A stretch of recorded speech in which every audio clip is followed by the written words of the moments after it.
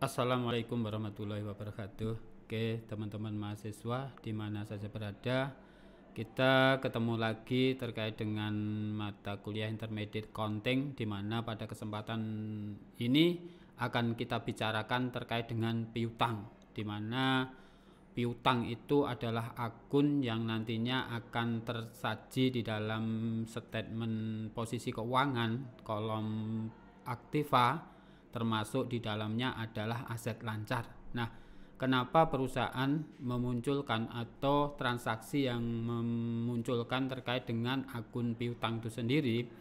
Biasanya di dalam perjanjian atau invoice itu tertera persyaratan ya, N2/10 atau per 15 dan N/30. Nah, artinya di situ terjadi transaksi piutang, memunculkan adanya piutang. Nah, sehingga yang akan datang itu harus dipenuhi. Nah, bagaimana ketika pemenuhan piutang itu? Apakah nanti mengambil pada masa potongan atau tempo atau setelah dari tanggal transaksinya 30 hari katakanlah. Nah, di sini dikatakan piutang itu adalah klaim perusahaan atas uang atau barang. Nah, nantinya bisa uang atau barang kepada pihak lain perusahaan akibat masa lalu di mana harus dipenuhi nantinya. Nah, ada jenis piutang, ada piutang usaha. Nah, di mana lihat terkait dengan aktivitas usaha perusahaan, apakah piutang usaha itu di dalamnya ada piutang dagang atau piutang terkait usaha jasa. Kemudian ada piutang bukan usaha. Contoh dari piutang bukan usaha ada piutang dividen, piutang karyawan, atau piutang lain-lain gitu ya. Jadi nanti ada piutang bukan usaha, ya, jenisnya bisa dividen, bisa piutang gaji karyawan, dan piutang bukan usaha lainnya. Kemudian piutang itu dicatat di dalam akun piutang nantinya yang akan tersaji di dalam statement posisi keuangan itu sebesar jumlah bruto atau nilai jatuh tempo dikurangkan dengan cadangan kerugian piutang. Nah, bagaimana ketika piutang itu oleh perusahaan kepada debiturnya tidak bisa ditagih? Nah, sehingga perusahaan itu mengakui adanya sebuah kerugian piutang, sehingga perusahaan akan membuat estimasi terkait dengan berapa besarnya nanti yang terkait dengan CKP itu sendiri. Nah, ketika estimasi itu dilakukan, nantinya perusahaan akan mencatat itu sebagai sebuah kerugian, sehingga dicatat ke jurnal kerugian piutang pada cadangan kerugian piutang. Itu ketika apa? Debitur di masa waktu-waktu tertentu ketika perusahaan tidak bisa, perusahaan akan melakukan tutup buku di mana debiturnya tidak memenuhi piutangnya. Nah, sehingga apa? Akan mencatat itu sebagai beban atau kerugian, sehingga kerugian piutang pada CKP. Nah, kerugian piutang nanti akan tercatat di income statement, sedangkan CKP akan masuk ke posisi keuangan. Begitu juga ketika piutang itu tidak bisa benar-benar ditagih, maka CKP pada piutang usaha. Itu ketika apa? Piutang itu tidak bisa ditagih nantinya. Nah, sebuah ilustrasi di sini ketika estimasi yang dilakukan oleh perusahaan, ya, perusahaan melakukan estimasi bahwa saldo piutang tak tertagihnya 4 juta, di mana saldo piutangnya adalah 105 juta.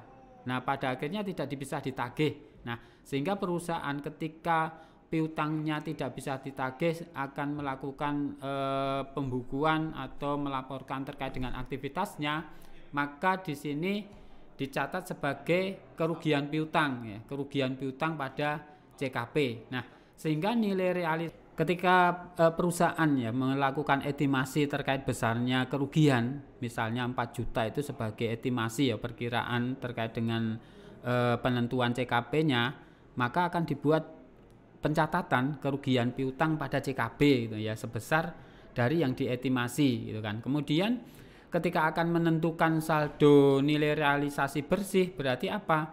dari saldo awal dikurangi estimasi tadi ya, berarti nanti yang akan disajikan atau diungkapkan di dalam statement posisi keuangan atas akun piutang usaha periode berjalan atau periode berikutnya setelah pada saldo awal dikurangi 4 juta ini. Nah, ketika periode berjalan ternyata debitur yang estimasi terlibat piutang tak tertagih tadi akan melakukan pembayaran piutangnya atau akan memenuhinya meskipun baru istilahnya pemberitahuan, maka perusahaan mencatat atau memunculkan piutang itu kembali, piutang usaha pada CKP gitu ya, sehingga ketika uang baru diterimakan lah baru kas yang dicatat kas pada piutang usaha. Ini yang terkait penentuan atau estimasi dari piutang usaha itu sendiri. Nah, di sini ketika CKP itu perusahaan akan melakukan estimasi terkait dengan CKP-nya bisa berdasarkan persentase tertentu atas penjualan gitu ya, persentase tertentu atas penjualan atau nantinya berdasarkan analis umur piutang. Nah, ketika kebijakan akuntansi perusahaan mengenai CKP berdasarkan persentase penjualan, nah, berapa yang akan dipakai gitu ya? Berapa yang akan ditentukan? Misalnya 1% dari penjualan, ya total dari penjualan kali 1%. Nah, itu nanti yang akan dialokasikan menjadi CKP. Nah, kemudian bisa berdasarkan analis umur piutang gitu ya. Misalnya ketika berdasarkan persentase tertentu dari penjualan, berarti apa? Misalnya diketahui di sini adalah penjualan perusahaan terdapat 350 juta. Estimasinya adalah 1% yang kemungkinan tidak bisa ditagih. Nah, sehingga perusahaan akan mencatat kerugian piutang pada CKP sebesar 1% dari 350 juta ini. Nah, yang ketemu cadangannya atau sebagai kerugian piutang adalah 3.500.000. Nah, bagaimana jika berdasarkan analis umur piutang? Nah, berdasarkan analis umur piutang berarti perusahaan atau entitas itu harus menyajikan kartu piutang dulu, ya kan? Kartu piutang berdasarkan apa? Pelanggan-pelanggan atau debitur-debitur itu. Nah, sehingga perusahaan harus menyiapkan terkait dengan kartu piutang, di mana di dalam kartu piutang itu memuat kapan kartu piutang itu disajikan, kemudian nama-nama pelanggan atau nama-nama debitur, lalu tanggal terjadi transaksi, nomor faktur, tanggal besarnya piutang. Nah, sehingga apa nantinya ketika tanggal faktur dan tanggal dibuatnya piutang itu ya, sehingga akan menunjukkan lama terkait dengan piutang itu bisa ditagih atau piutang itu akan jatuh tempo gitu kan. Misalnya kartu piutang itu dibuat tanggal 30 Juni 2020 katakanlah, sedangkan debitur DK posisinya pada tanggal 1 Juni 2020, maka nanti saldo piutang itu akan tercatat di sebelum jatuh tempo. Nah, gitu ya. Nah, sehingga apa nantinya Anda akan menyesuaikan atau melakukan rentang di mana apa kartu piutang itu bisa ditagih nantinya. Nah, sehingga ketika sudah bisa ditagih sesuai dengan jangka waktu yang sudah ditentukan atau sudah dibuat tabulasi seperti ini, maka persentase itulah nanti yang akan dijadikan sebagai CKP untuk masing-masing rentang di mana piutang itu bisa ditagih. Katakanlah di sini 2% dari total yang belum jatuh tempo. Nah, ini banyak debitur ya seharusnya nantinya. Nah, lu kok bisa 2%? Nah, di sini biasanya menggunakan data di mana apa?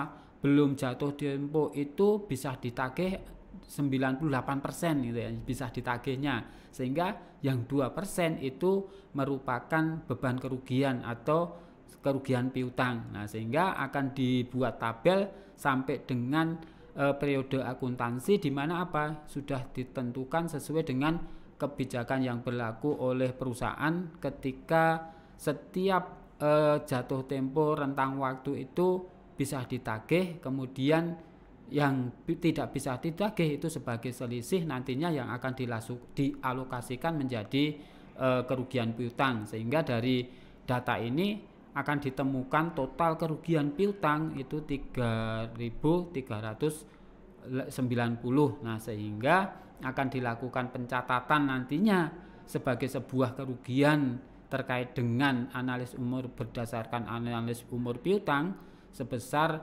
$3.390.